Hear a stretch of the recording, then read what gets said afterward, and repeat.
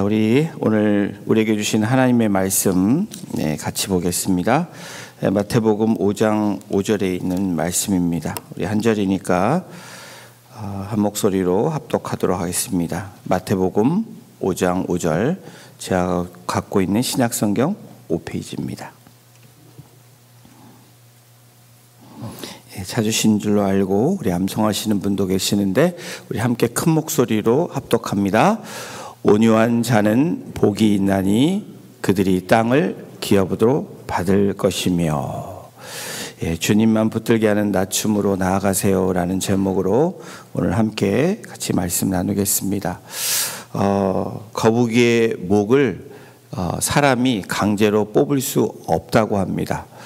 거북이가 큰 거북이도 있지만 대략적으로 한 40파운드 정도 되는 거북이의 목을 우리 건장한 남자가 남성이 한 150파운드 이상 되는 분이 그 거북이의 목을 빼려면 도저히 뺄 수가 없다고 합니다.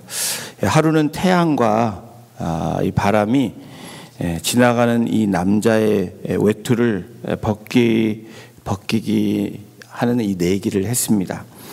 바람이 큰 소리로 자신 있게 이야기를 합니다. 내가 큰 바람을 일으키면 분명히 외투를 벗길 수 있다. 그래서 입김으로 큰 바람을 내기 시작합니다. 근데 그 남자는 외투를 벗기는커녕 단추를 더 도용매고 몸을 더 이렇게 추리는, 그래서 옷이 벗겨질까 봐 안간힘을 쓰는 그런 모습, 더 큰 바람이 불 때마다 더 그런 모습으로 외투를 벗기지 못하게 됩니다.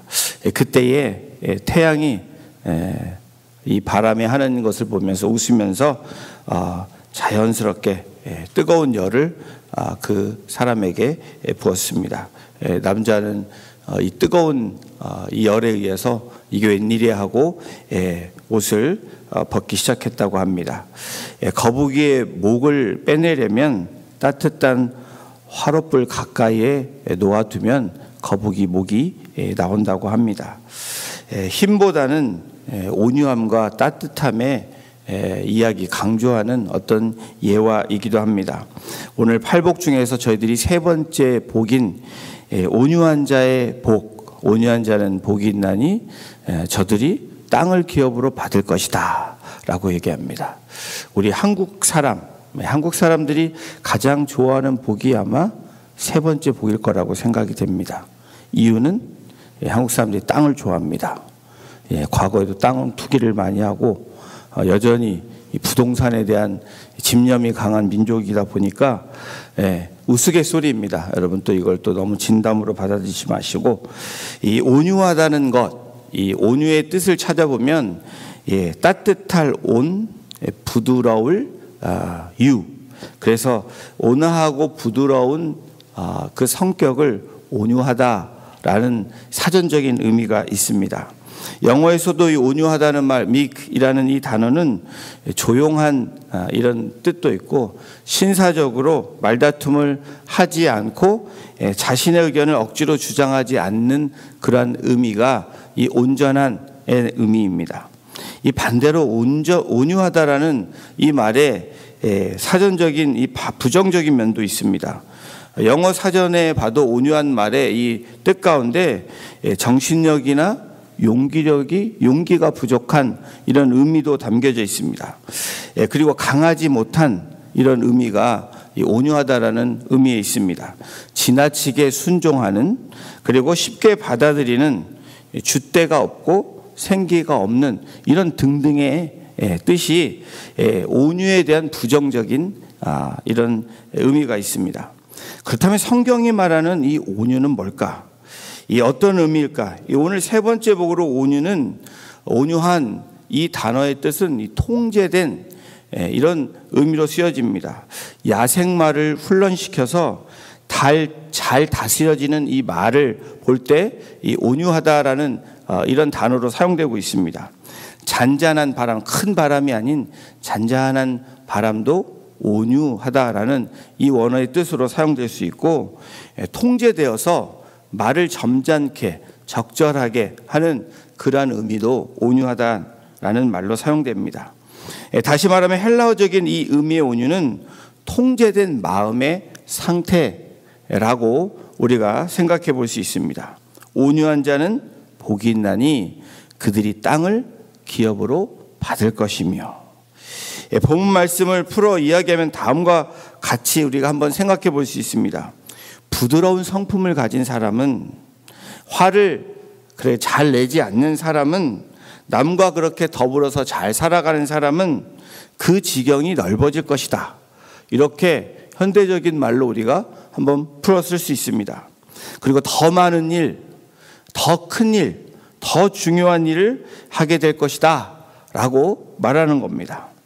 그러므로 더 크고 중요한 일을 하고 싶다면 당신은 온유해져야 됩니다 라는 결론도 우리가 낼 수 있습니다. 이러한 말을 제가 세상 사람들에게 이야기하고 설득한다면 세상 사람들은 이렇게 말할 겁니다. 더 큰 일을 하고 싶다면, 더 많은 일을 하고 싶다면, 더 중요한 일을 하고 싶다면 당신은 실력을 키워야 됩니다 라고 얘기한다라는 거예요. 너는 실력이 있어야 하고, 배경이 좋아야 되고, 그리고 비전이 있어야 돼. 그래야 너의 지경이 넓어질 수 있어. 이런 조건을 가지고 세상이 말하는 표현을 생각해 보면 다음과 같이 세상은 이렇게 얘기할 거라는 거예요. 좋은 집안에서 태어난 사람은 복이 있나니 그들이 땅을 유산으로 받을 것이다. 능력 있고 비전이 있는 사람은 복이 있나니 그들이 땅을 차지할 것이다. 경제와 정치의 흐름에 민감하고 용기 있는, 그래서 대출할 수 있는, 그리고 대출을 받을 수 있는 사람은 복이 있나니 저들이 부동산을 많이 소유할 것이다. 이렇게 이 말씀을 가지고 세상 사람들이 해석한다면 그렇게 해석할 거라는 거예요. 이 온유는 안타깝게도 세상 사람들이 더 이상 찾고 싶어 하지 않는 덕목 중에 하나가 되어 버렸습니다. 어쩌면 우리 믿음의 생활 가운데서도 그런지 모릅니다. 사람을 여러분 소개할 때 이 사람 참 온유한 사람이에요, 이분은 온유한 분이에요 라고 소개받은 적이 있으십니까? 대부분은 그렇게 얘기하지 않는다는 거예요. 착하다는 말도 사실은 요즘에는 욕이라고 얘기를 합니다. 대신에 이 사람은 좋은 직업을 가진 사람입니다. 이분은 능력이 있는 분이에요. 이분을 보세요.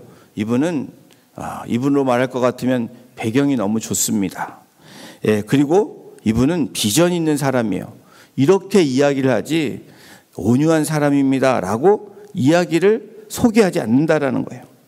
자, 그렇다면 성경에서 우리 예수님이 말씀하시면서 이 온유에 대해서 어떻게 얘기하셨는지, 신약 성경에 보니까 4번 정도가 온유에 대한 이야기가 나옵니다. 그만큼 이 온유라는 이 단어가 정말 좋은 의미임에도 불구하고 별로 사용되지 않고 있다라는, 우리가 사용하지 않는 것뿐 아니라 성경도 온유에서 4번 정도밖에 나오지 않습니다. 자, 오늘 저희가 읽은 마태복음 5장 5절 세 번째 복인 온유한 자는 복이 있나니, 이것이 첫 번째 나오는 온유에 대한 이야기입니다. 그렇다면 예수님께서 어디에서 이 온유를 얘기하셨는지 마태복음 11장 29절에 보면, 이 28절에 우선 보면 뭐라고 성경이냐면 우리가 잘 아는 말씀입니다. 수고하고 무거운 짐진 자들아 다 내게로 오라. 그러면 내가 너희를 쉬게 할 거야 라고 예수님이 말씀하시면서 29절에 하신 말씀입니다. 우리 함께 같이 읽어보겠습니다. 시작. 나는 마음이 온유하고 겸손하니 나의 멍에를 메고 내게 배우라. 그리하면 너의 마음이 쉼을 얻으리라. 마음이 온유하고, 여기에 온유하고 쓰여져 있습니다. 그리고 예수님께서 마태복음 21장 5절에 예루살렘 입성하실 당시에 예수님에 대한 부분을 말씀하고 있습니다. 21장 5절도 함께 읽겠습니다. 시작. 시온 딸에게 이르기를 내 왕이 내게 임하나니 그는 겸손하여 낙이 곧 멍에 매는 짐승의 새끼를 탓도다 하라 하였느니라. 온유가 없죠. 여기에 겸손이라는 단어를 헬라어 단어와 같이 사용하고 있습니다. 같은 단어로 사용하는데 이 온유를 여기서는 겸손하여라고 사용하고 있습니다. 자, 하나님 보시기에 또 아내가 지녀야 할 가치의 덕목으로 베드로전서 3장 4절에 이렇게 말씀합니다. 오직 마음에 숨은 사람을 온유하고 안정한 심령에 썩지 아니할 것으로 알아 이는 하나님 앞에 값진 것이니라. 이 온유라는 이 헬라어 단어 프라우스라는 이 단어로 예수님의 성품에 대해서 그리고 그리스도인의 성품의 덕목으로 그렇게 신약 성경에서 사용되고 있습니다. 이 신약에서 사용되는 이 프라우스 같은 단어 이 온유라는 이 단어를 보면 4번 정도가 사용되었는데 그렇다면 온유한 사람은 복이 있다. 이 말씀이 어디서부터 왔을까? 구약에는 이 말씀이 쓰여 있을까? 찾아보니까 구약의 시편 37편에 이렇게 기록되어 있습니다. 시편 37편 11절을 함께 같이 읽어보겠습니다. 시작. 그러나 온유한 자는 땅을 차지하며 풍성한 화평으로 즐거워하리로다. 오늘 저희가 읽은 마태복음 5장 5절의 말씀과 유사한 말씀, 그러나 온유한 자들은 땅을 차지하며 땅을 기업으로 받을 것이다 라는 그 말씀이 시편 37편 이 다윗의 시에서 고백되어지고 있습니다. 그런데 여러분 시편 37편 여러분들이 좋아하시는 시편 중에 하나일 거라고 생각이 되는데 시편 37편 1절이 어떻게 시작되는 줄 아십니까? 악을 행하는 자들 때문에 불평하지 말며 불의를 행하는 자들을 시기하지 말지니라. 악을 행하고 불의를 행하는 사람들 볼 때 여러분 우리들의 마음이 어떻게 됩니까? 직접적으로 우리가 경험되지 않더라도 간접적으로 들었을 때도 악을 행하는 사람들 우리가 들을 때 볼 때 그리고 불의한 일들을 행하는 사람들 볼 때 우리의 마음이 들끓기 시작합니다. 어떻게 저런 사람이 이 세상에 존재하지? 나와 하늘 아래 어떻게 같이 살 수 있지? 왜 하나님은 저런 사람들 그대로 두시는 거야? 벌을 내려주셔야지. 나는 그 마음이 우리가 내뱉지 않더라도 우리의 마음 가운데 가지고 있다라는 거예요. 하나님 앞에 불평이 생겨나고 사실은 이런 일들을 경험할 때 우리의 삶에 힘이 빠지는 일들을 우리가 종종 경험합니다. 내가 하나님을 대신해서 정의와 공의로 심판하고 싶고 벌을 주고 싶은 그런 마음들이 우리 가운데 있습니다. 여러분 이러한 것이 우리들의 마음인데 나를 향해서 내가 아니더라도 다른 사람을 향해서 그런 일들을 행할 때도 우리의 마음은 가만히 있지 않는다는 겁니다. 그런데 오늘 시편 다윗의 시편을 통해서 하나님께서 말씀하신 게 무엇입니까?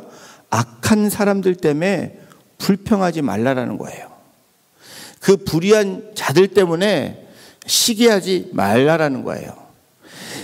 그리고 분을 그치고 노를 버리고 나면 어떤 결과가 나오는지 분명히 약속해 주시는데 시편 37편 10절에 이렇게 우리에게 말씀해 줍니다. 이 말씀도 우리 함께 합독합니다. 시작.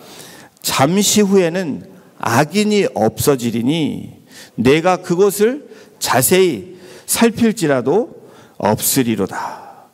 잠시 후에는 우리가 분을 그치고 노를 버리고 나면 다시 말하면 온유한 자가 되면 그 삶으로 살아가면 잠시 후에 하나님께서 악인이 없어지게 할 것이고 우리가 암만 그것을 찾아도 그 삼킬 자가 없을 것이다. 그렇게 말씀하고 있습니다. 또한 하나님께서 확실하게 해주시는 이 약속의 말씀이 이후의 약속의 11절의 말씀이 무엇라고 나오냐면 그러나 온유한 자들은 땅을 차지하며 라고 나옵니다. 시편에 약속한 그리고 예수님께서 산상순에서 말씀하신 온유한 자들, 온유한 자의 복에 대해서 말씀하시는데 분명한 이 축복은 저들이 땅을 차지할 것이다 라고 말씀하는 거예요. 그래서 온유한 사람이 땅을 차지하는데 땅을 차지하기 위해서는 이 37편 9절에 온유한 자의 이 모습을 이야기하고 있습니다. 여호와를 소망하는 자들은 땅을 차지하리로다. 예, 온유한 자 이꼴 땅을 차지하는 자라고 우리가 알고 있습니다. 그런데 시편 37편 9절에 여호와를 소망하는 자 이꼴 땅을 차지하는 자, 다시 말하면 이 성립이 공식이 어떻게 됩니까? 온유한 자 이꼴 여호와를 하나님을 소망하는 자, 이 사람들은 땅을 차지하게 될 것이다 라고 말씀하고 있는 겁니다.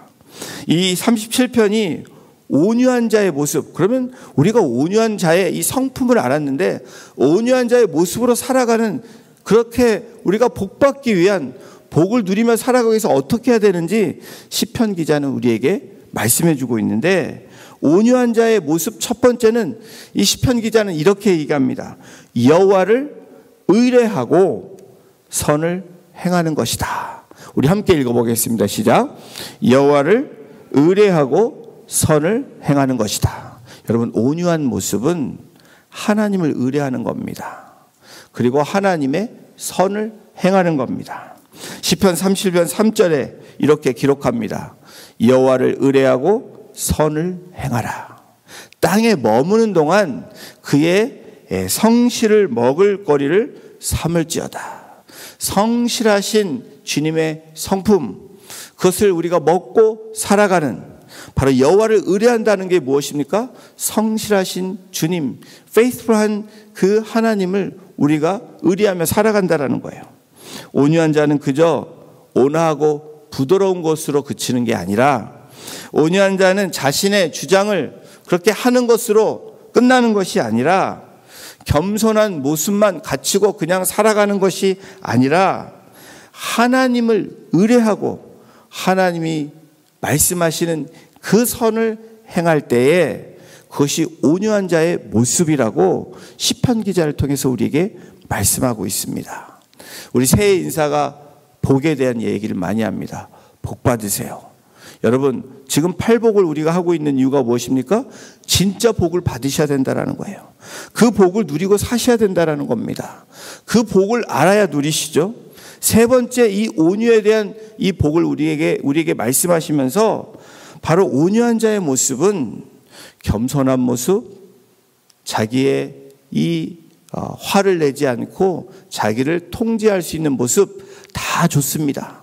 그런데 실제적인 프랙티컬한 삶의 모습은 여호와를 의뢰한다라는 거, 그리고 하나님의 선을 행하는 것이 바로 온유한 자의 모습이라는 것입니다. 자, 두 번째 온유한 자의 모습, 우리 함께 읽겠습니다. 시작.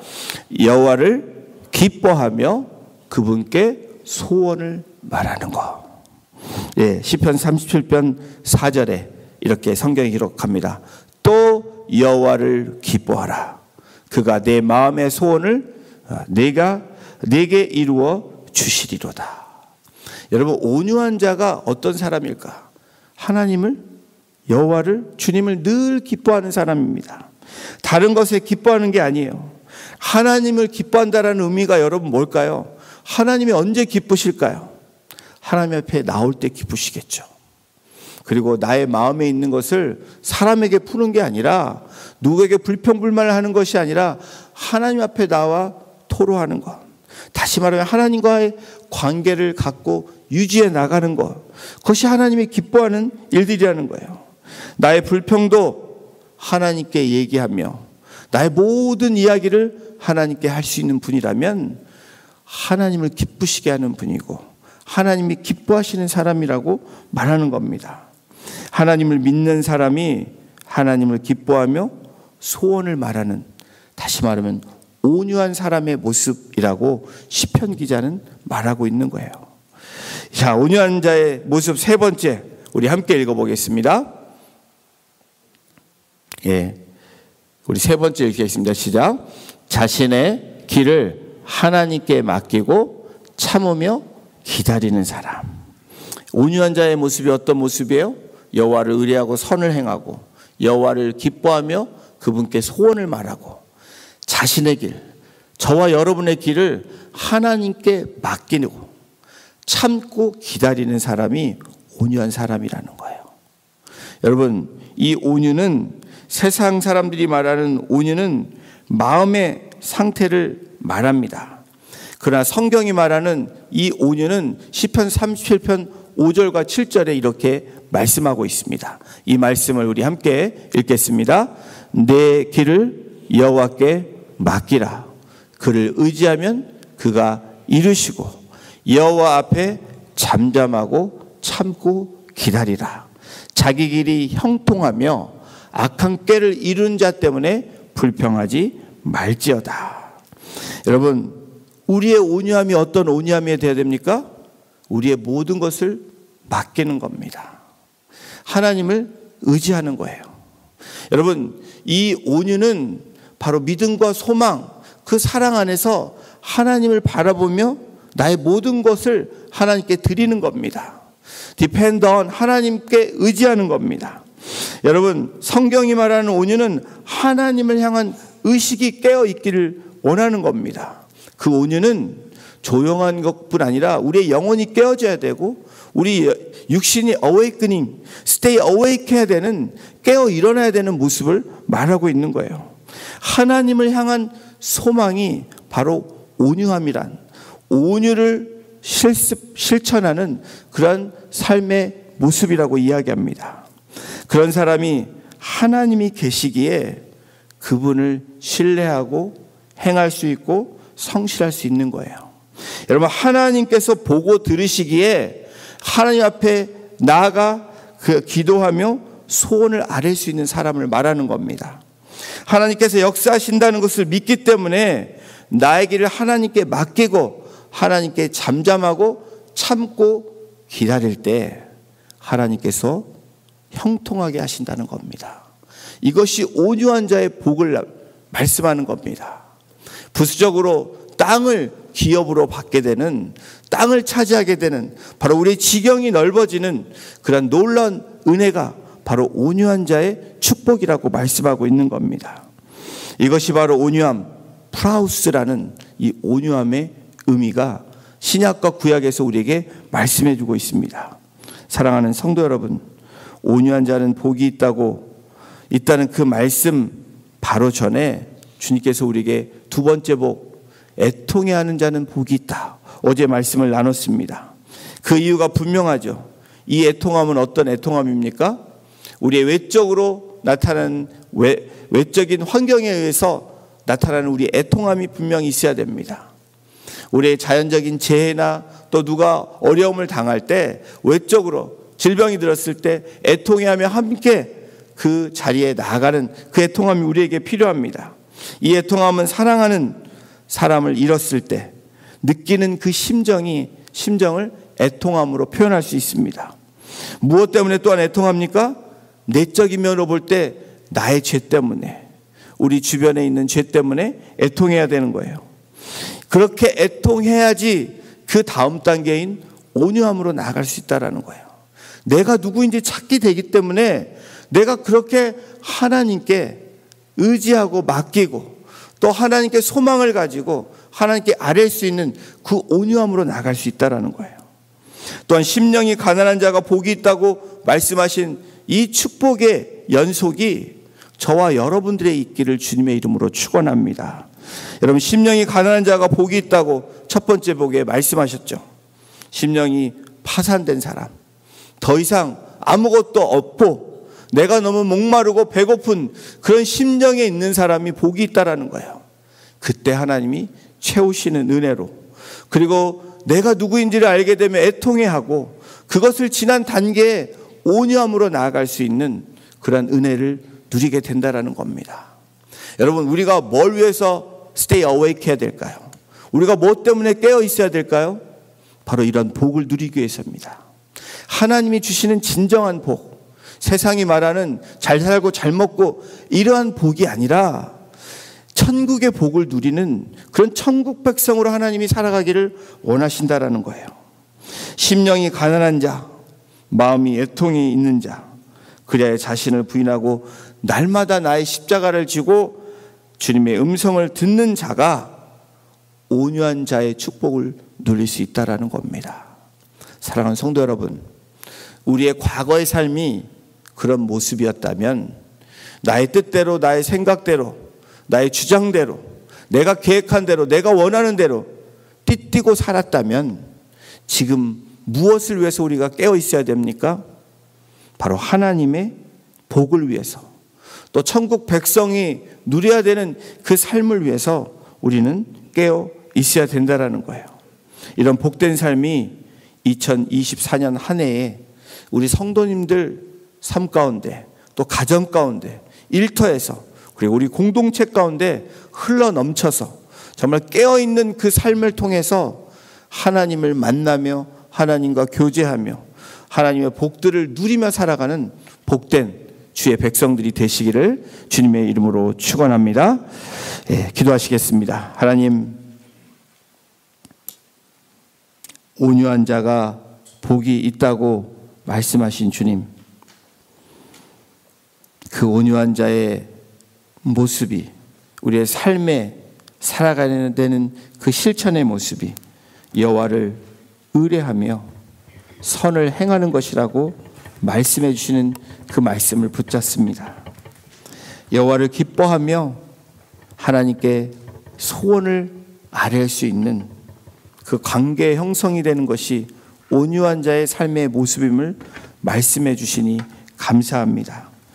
더불어서 주님, 자신의 길, 나의 길을 하나님께 맡기고 그리고 참으며 기다릴 수 있는, 그래서 때가 차면 하나님의 놀라운 그 은혜와 복을 누리며 살아가는 복된 주의 백성들 되어질 수 있도록 우리 성도님들 한 분 한 분을 2024년도에 정말 폭포수 같은 하나님의 은혜와 이 천국의 복을 누리며 살아가는 복된 백성들 되어질 수 있도록 주께서 인도해 주시기를 간절히 간구하며 이 모든 말씀 우리를 구원해 주시고 사랑하시는 예수님의 이름으로 감사하며 기도드렸습니다. 아멘. 우리 시간 찬양 들으시고 합심해서 기도하길 원하는데요. 예수의 이름으로 나는 일어서리라.